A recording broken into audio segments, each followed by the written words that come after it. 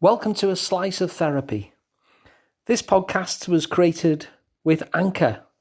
And if you've not heard of Anchor, let me explain. It's free. It's a really easy way to make a podcast.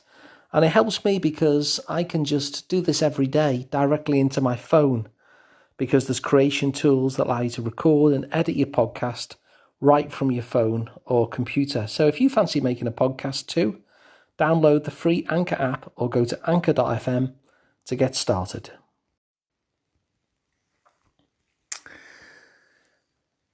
In today's episode, I want to talk about getting your needs met. And I want to talk about it in such a way that what I'm really talking about is getting your needs met properly, rather than selling yourself down the river along the way, so that you actually get much less, some compromised version of it, simply because you compromised your request. And in terms of thinking about this, a good example of it is, in a previous life, I used to be a musician. And so whenever I was booked by a promoter to play a concert, the way it would always work, very different to most businesses, is there wouldn't be kind of a set price. Different promoters, would have different things going on. Some would be small concerts, some would be festivals. So you couldn't really have a set price as such. And the most frustrating thing about being a musician is the fact that you're having to negotiate what your fee is every single time that you're getting a booking. And one of the things that was even more frustrating than that is when a promoter, it might be a festival promoter or something like that, would want you to play their festival and would say, so what's your fee? And then I would give an answer. And the worst possible response that they could give me was, oh yeah, sure. Because I knew that when they said, oh yeah, sure, what had just happened is that I'd offered them a price that was much too low. So here's this festival organizer with this big budget,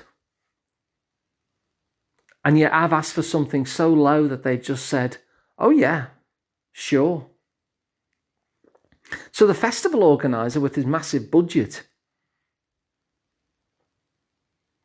has instead been asked a price which is way lower than what they were prepared to pay. But they've struck lucky because I've gone and compromised myself. I didn't have a negotiation with them. I had a negotiation with me. And I negotiated my fee all the way down, so that when I actually gave my price, they near ripped my hand off. They were so pleased. And so whenever I pitched a price like that to that question, and somebody said, oh yeah, that's fine, I knew that was actually a sign that I'd sold myself short, that they actually had a much bigger budget and I'd negotiated myself down. And so one of the things I had to learn to do was try to aim to get a different answer from the promoter. And the answer that I wanted to get is no. I wanted the promoter to say, no, that's too high. That's not something that we can do, unfortunately. Because the moment that they set up no, it started a negotiation. And so, I don't know, if they had £500 on the table and I was asking for 100, obviously they were delighted. But really, in order to get my needs met, in order for me to capture my value, I really need to get as close as the £500 that was really available as possible. And so if I was asking for £1, £2, £3, £4, or even £500, then I was getting a yes. And a yes isn't really what I wanted, because what I really wanted was for them to say no.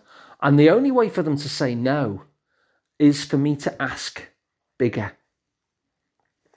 Now, the moment that I asked bigger, good things started to happen, because I was no longer selling myself down the river. The moment I started to make a bigger request, a request so big that it would trigger a response in them which basically said, no, I can't do that. It opened up a negotiation where I was able to say, well, let's work something out. What budget are you working with? And you see, what started to happen then is I started to get my full worth. I would start to get whatever they'd put aside for me. I would start to get my full value. I was actually having a negotiation with the other person rather than a negotiation with me. And so I think this is something which, okay, I'm talking about a former life when I was in the music industry and I was negotiating with promoters, but we're making negotiations with other people all the time where we have things that we would ideally want or need or hope for. And what we'll often do is what I used to do. Negotiate with myself first and say, well, I can't have that, so I'll just ask for this instead. And the end result of that is that you get much, much less than was really on offer. Now, a lot of people are worried about getting a no. Understandably, because it can feel like a rejection.